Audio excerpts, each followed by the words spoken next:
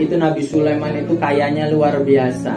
Nabi Sulaiman itu kayanya juga yang sudah pernah disampaikan, Nabi Sulaiman walaupun dia seorang raja nggak pakai makan harta rakyatnya. Mau diulang ceritanya sekilas bahwa Nabi Sulaiman ini walaupun orang kaya raya, raja kaya raya, tapi dia itu makan dari hasil nenun peci atau tas yang dijual oleh prajuritnya ke pasar. Saya ulang lagi, mungkin ada yang lupa, bahwa ketika Nabi Sulaiman meminta kepada Allah, ya Allah, saya izinkan saya untuk mengurung iblis dan jin agar tidak mengganggu manusia. Allah bilang, percuma wahai Sulaiman, nggak ada gunanya. Besoknya Nabi Sulaiman masih penasaran, ya Allah, pengen banget saya ngurung tuh yang namanya iblis, setan, biar nggak ganggu manusia sehari aja.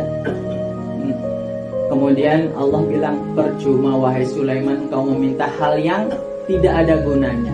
Ketiga kalinya meminta Nabi Sulaiman, kalau begitu silakan engkau tangkap seluruh iblis, kemudian engkau penjarakan. Ketika itu dilakukan Nabi Sulaiman ngerasa senang, akhirnya manusia bakal tidak melakukan dosa lagi. Seperti biasa Nabi Sulaiman membuat tenunan, kemudian nyuruh prajuritnya untuk dijual ke pasar.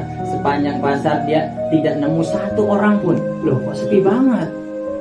Sepanjang jalan di perjalanan gak nemu satu pun. Nyampe pasar dia duduk sendirian, gak ada orang satu pun. Prajuritnya balik lagi, gak laku satu pun. Kemudian nanya lagi, wahai Sulaiman, kok aku tidak menemukan satu orang pun? Oh ya udah, kalau gitu besok Nabi Sulaiman puasa hari itu, nggak makan. Ketahunya raja kan ada permaisurinya, kemudian makan disuapin. Enggak, Nabi Sulaiman enggak. Kita tahunya seorang raja penakluk, bisa bahasa binatang dan lain sebagainya. Ternyata Nabi Sulaiman makan hasil keringatnya sendiri. Sampai akhirnya kedua kalinya nyuruh prajuritnya, besoknya sama sepi. Penasaran Nabi Sulaiman, gimana ya ceritanya? Kok nggak ada satu orang pun di pasar? Akhirnya Nabi Sulaiman pergi dengan menggunakan awan. Dilihat ternyata yang ramai di dua tempat. Yang pertama tempat ibadah, yang kedua kuburan. Orang pada nangis di dua tempat tersebut. Kemudian nanya sama Allah, ya Allah, itu orang kenapa? Loh, bukannya kamu yang minta? Kenapa? Bukankah engkau kurung iblis, jin, setan sehingga manusia akan mengingatku semua? Karena tugasnya setan menggoda manusia biar tidak ibadah, ditangkap. Ya akhirnya orang ingat Allah semua, makanya akan menjadi malaikat. Malaikat tidak pernah sedikit pun membantah Allah. Makanya malaikat itu sifatnya lurus, taat terus. Sedangkan manusia karena dikasih nafsu sama akal, kadang yazidu bi ibadatillah wa yanqusu bi maksiatillah. Kadang imannya naik, semangat ibadahnya.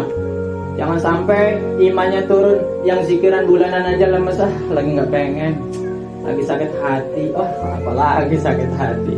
Insyaallah mudah-mudahan kita berkumpul di sini menjadi hujjah dan pahala yang tak terhingga di sisi Allah Subhanahu wa taala. Amin ya rabbal